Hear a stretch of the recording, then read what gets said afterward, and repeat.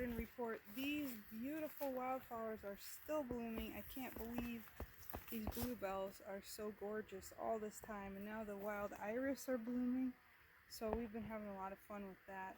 Almost all the plants are up in the garden, and we've been out pulling weeds all morning, Joanna and I. She is 8 and she's an awesome helper. She has her own part of the garden, so that's fun to see.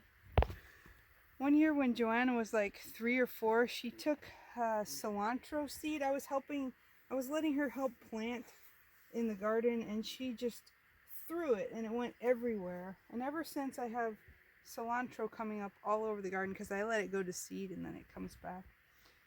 But anyway, that's just kind of fun. These are red beets, and I want to show you one thing about the red beets, but there's another patch I'll show you.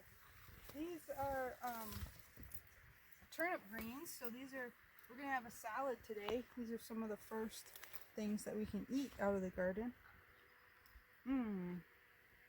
Yummy. Green onions, they need a lot of weeding. We weeded here today, but they're just such wimpy little plants. They don't shoot out any weeds.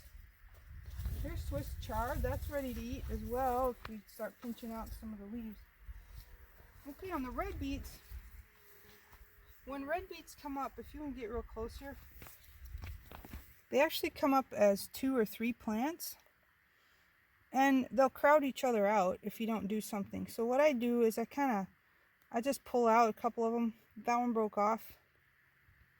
If it comes out nice, I'll plant it somewhere. I'll spread them out a little bit like that. So that's what I've done today. These are a little bit too thick, so just have to go through and thin them out, because gardening is kind of like faith. You have to see things that aren't there yet. You have to see these plants when they're big. That's how God asks us to have faith in Jesus, and you kind of have to see your garden when it's big. This red beet plant is, the red beet's going to be big. It needs a lot of room around it. Here's a double plant, so I have to pull that one out because it was a double. Here's a double. Have to kill one of them. Some people let them get a little bigger and then eat the greens later on. You can do that too.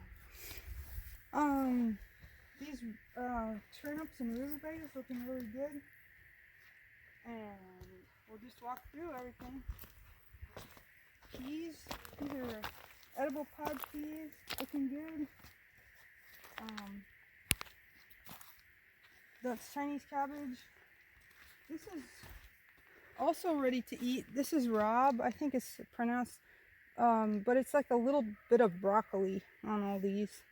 So then you can eat broccoli flowers as well. We were away, so I got the flower, but see, this is ready to eat. It's pretty nice. I took the plastic off here because the plants got too hot. Yeah, looks like we'll have a few strawberries. We got some little berries on there. See what happens there. Tomatoes and cucumbers are looking good. Not too much amazing in there, but that's just how they look. I think that was down there. Okay. And let's see, green beans are coming up here. They're getting more and more leaves on them. They're looking pretty good. Strawberries. I had to weed under here a bunch. Under this remay, they're looking good. They're blooming. And we'll have at least some small berries on there. They don't look like they'll be real big. So we worked hard to garden. Some of these plants I've worked with for like 6 weeks, 8 weeks. It's nice to have a few perennials as well. So I want to show you a couple things. I'm probably not supposed to let these chives go to seed, but I just anyway, these are garlic chives, so you can just eat them like green onions. They're very mild flavor, good in a salad. And then these are Siberian onions, and I planted one here last year and like 5 came back. You pull it and you can eat the whole thing. It doesn't have much of a bulb on it, but from the root all the way to the tip, you can eat it like a green onion. So that's kind of fun. And this is a kind of mint. all through here and right here. That comes back every year as well for tea. So if you want to dry that for tea, that's kind of fun. I was really super pleased with how well the carrots came up. You see how thick they are here? This is a really good stand of carrots. It's a really good germination. Unfortunately, I'm going to have to kill most of them because, again, if I let them be this close, I won't get anything. You know, a carrot needs 4 to 6 inches around each plant.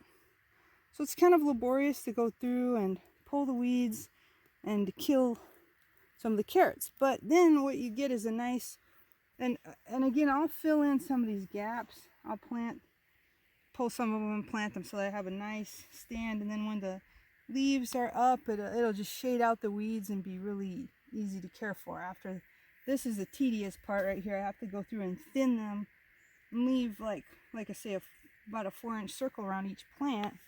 Pull the weeds. That's really tedious. I go through a couple times and do that. But then they're pretty good after that.